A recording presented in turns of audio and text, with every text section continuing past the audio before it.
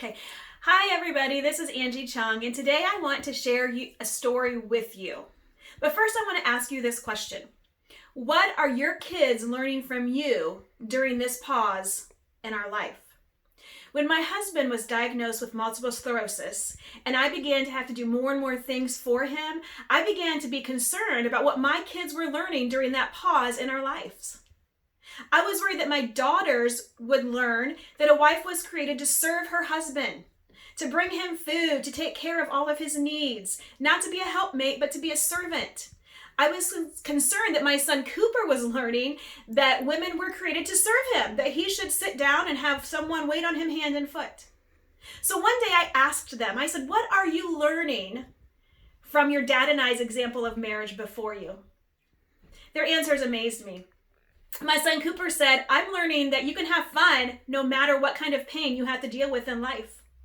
My daughter Alexa told me, I'm learning that who you are is more important than what you do.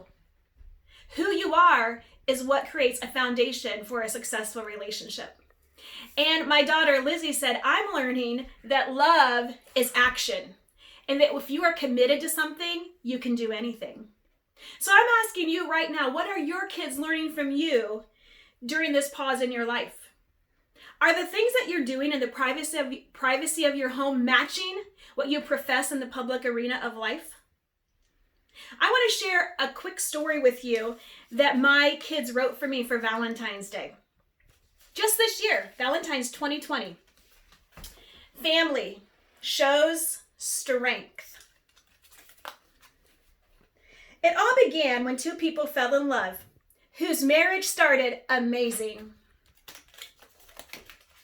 and had three amazing, incredibly gorgeous human beings. They became very impactful ministers after they graduated from North Central. Life was very sweet. But then life changed as they knew it. Howard B. Chung was diagnosed with MS. You're the best and so strong. They didn't let it hold them back, with friends and family, helping them emotionally and physically, and with all the kids. They were always there for their kids. In sports and in life, they were there. Life wasn't always sweet. It was sometimes sour, but they pressed into God. They taught God's love to their children and bloomed in Delphos. And they touched everybody's heart that they met. As AIDS went in and out of their home, their stories and lives inspired. Even though he couldn't always travel with them, they always got him souvenirs. They never minded sacrificing. He got sick and scared the family multiple times, but fought back and came home.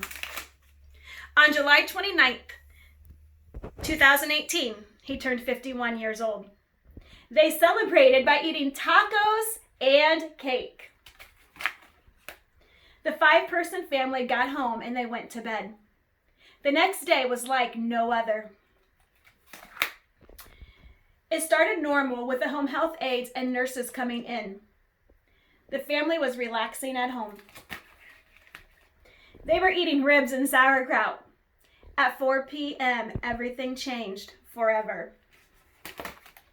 Howard B. Chung lost his life doing what he loved, eating and spending time with his family.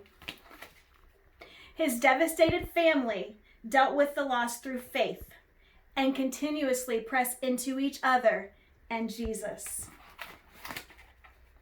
And they do God's mission for their lives. This story is dedicated to Angie C. Chung and Howard B. From your fave 3 humans, we love and thank you for all you do for us. Happy Valentine's Day.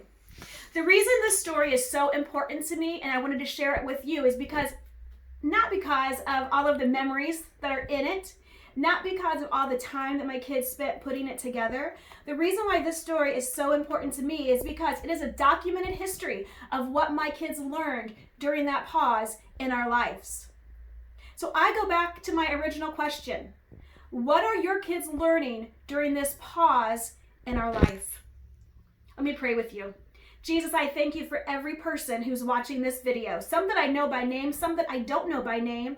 But God, I thank you that you know every single one of them by name. I pray that your love would overwhelm our lives, our minds, our hearts, and that we would walk forward in your peace, knowing, God, that when we put our life in your hands, we can trust you. We can trust you. In your precious name, amen. Thanks for listening.